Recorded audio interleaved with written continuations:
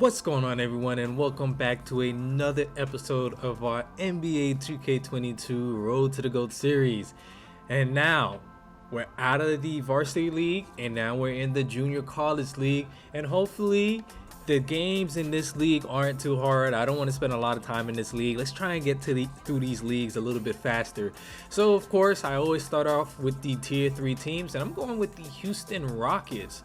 And I don't know why, but I really like playing with the Rockets because I know their roster now. And my opponent left the game, and for that I'm given a victory. And I don't know why this keeps happening, but I'll take the victory. So we got our one tier 3 victory, so thank God we don't have to do that again. We don't have to face the Minnesota Timberwolves or whatever, and we can move on to tier 2 teams I'm a little bit more comfortable with. So now I'm going with the Sacramento Kings. I kind of want to play with Buddy Hield. I'm not a great player with him, but I want to see if things have changed this year around. And my opponent left the match again, which was surprising, and we were rewarded with another victory. So I believe we only need like one more tier or two more tier 2 victories. And I decided to hop back and try and play a game, and fortunately or unfortunately for us, depending on how this video turns out, I got matched with another opponent, and he chose the Chicago Bulls as well. So in this matchup we have the Kings going up against the Bulls, and it should be a pretty good matchup. And I know the Bulls are getting a lot of play now on line run, mainly because they added Nikolai Vucevic, they have Zach LaVine, Alonzo Ball, and then you also have DeMar DeRozan. So I think that's a pretty good team to have. But my one concern for this team is their ability to shoot. Can they space the floor out? Because when your opponent go to that zone, you know, those passes you make, it takes time to get to the players. And if your player is open and if the defense can recover quick enough, you're not going to get a wide open 3-point shot. And that's your best chance of making outside shots. You don't want to take contested shots. So can this Chicago Bulls team shoot? That's the question in 2K22, but we just have to see how it plays out in this video and how they play throughout the course of the NBA season. So the score is 7-2, playing good defense, good offense. So we're playing our normal game. We're up to par. Our standards are looking good right now. Defense, offense looking pretty good. I don't like that he got the offensive rebound and he was able to put it back up and in. I'm trying to play aggressive defense, but I can't get out of that aggressive defense animation quick enough to try and grab the rebound, so he gets that easy basket. So nonetheless, back on offense, just have to play good defense, try and crash the boards, and you know, get out on the break for easy points. Marvin Bagley, this was one of my favorite players last year, and he definitely is a favorite player of mine in 2K22 as well. Even though I've only played with the Kings once, I don't expect a whole lot to change with him. Zach LaVine, I wanted him to shoot. He had a great season last year, and I wanted to test his shooting abilities. And I know Zach LaVine could shoot a little bit, but I gotta see it first for it to go in. So back on offense, 7-9, my opponent coming back in the game. Our defense isn't looking the best, and our offense is looking pretty good. It's consistent right now, but in every video it seems like our defense is not where I want it to be in, and that's the major thing with me. But it's basketball. You're gonna score points in this game, but I want to play the best defense that I can. So backing down with Richaun Holmes, we get the bucket and the foul to go. So our score 7-14. I have a 7-point lead. Buddy Hield in the corner. This is a guy I'm focusing on. I don't want to make him the main focal point of the offense, but I want the offense to run through him. I don't want to force up any shots and, you know, get him into a cold streak. I just want to let it come to him naturally. Buddy Hield, deep 3 down the middle of the court or right in the center of that court, and he hits that 3-pointer. So that's the type of shots I'm looking for. I don't know what type of defense my opponent was playing, but I'll take it. So now Mo Harkless to Buddy Hield. I found him open. That quick release, I'm gonna shoot that with Buddy Hield. I knew my opponent was gonna try and come over and defend Mo Harkless shot, so I automatically kicked it to Buddy Hield in the corner there, and he was able to hit that 3-pointer. So 25-10. We've expanded this lead greatly. The defense has now caught back up with the offense, and they are looking superb. Second quarter with about 3:45 remaining, and Zach LaVine is just trying to go to work. I'm trying to play off-ball defense, but that backfires on me because DeMar DeRozan, the AI, was smart enough to cut there, and he's rewarded with a easy dunk.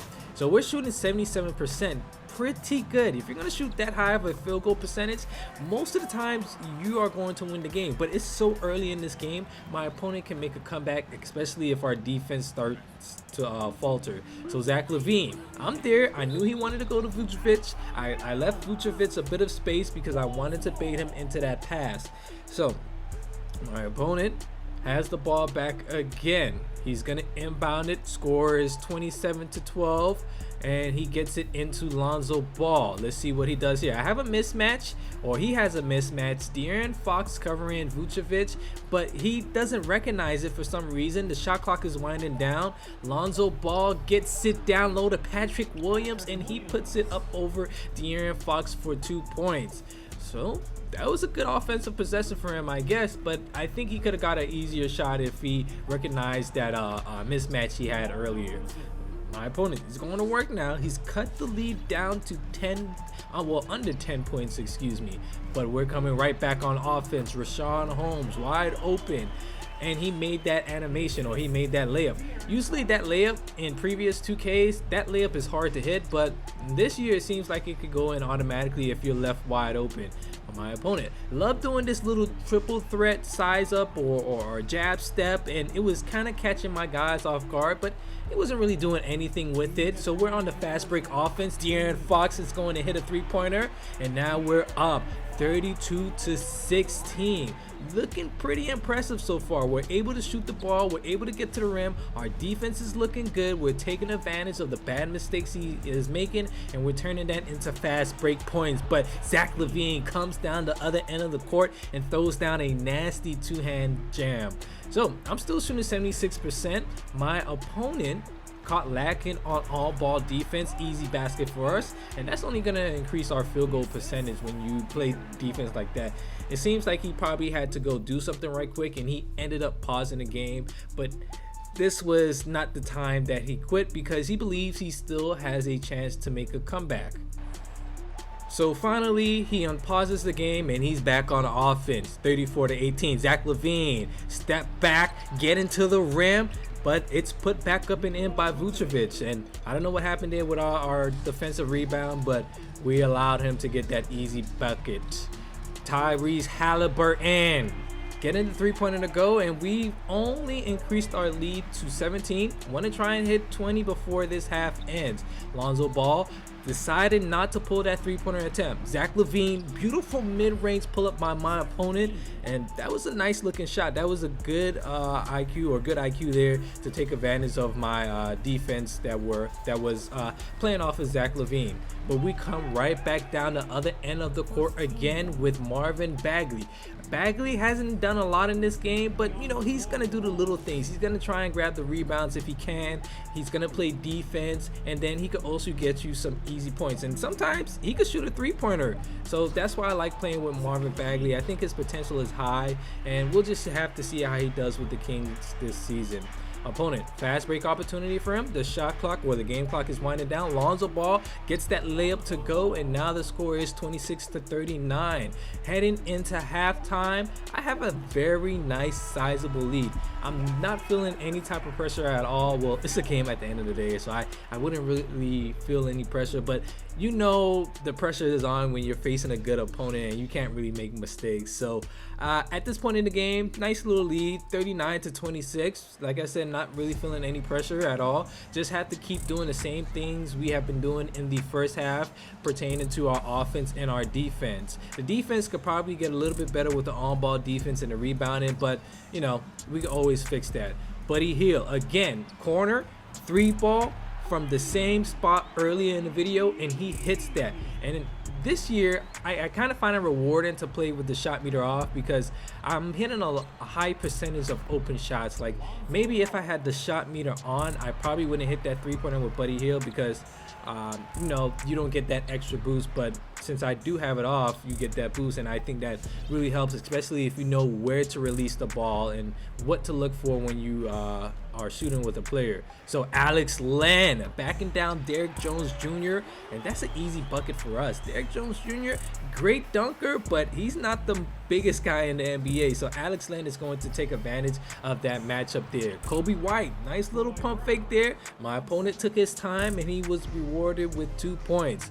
So this game, to talk about the substitutions and stamina, I think I did a good job of managing it. I didn't have to play my starters the whole game, and I got guys in and out when I wanted to, and it felt pretty smooth. I didn't feel like I had to force the starters to play the whole game and then tire them out by the fourth quarter.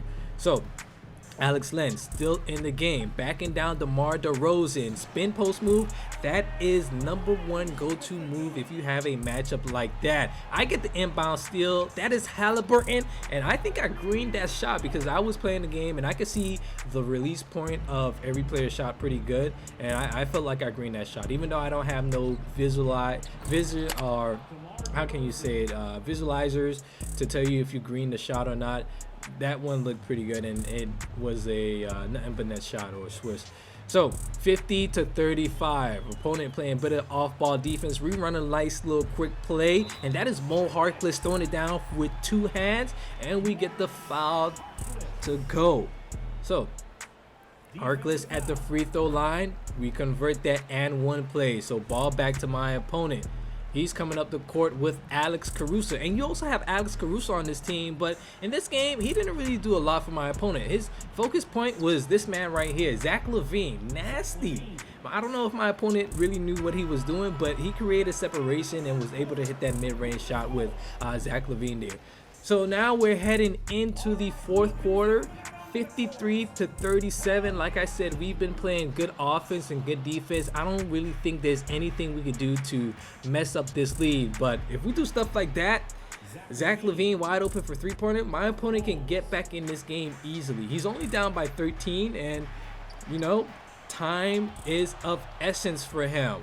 Marvin Bagley, pump fake, we're moving the ball around. De'Aaron Fox, not the best 3-point shooter, but I get that one to go, and that's it for my opponent. He had enough. I think he felt like he should have had the rebound on that block shot, but Vucevic didn't get in that animation, so I got the ball back and I was able to get a 3-pointer, and that was basically it for my opponent. So we're done with tier 2. We only need we need 1 more tier 2 victory, and that'll be it for tier 2. But thank you guys for watching, and I'll see you in the next one.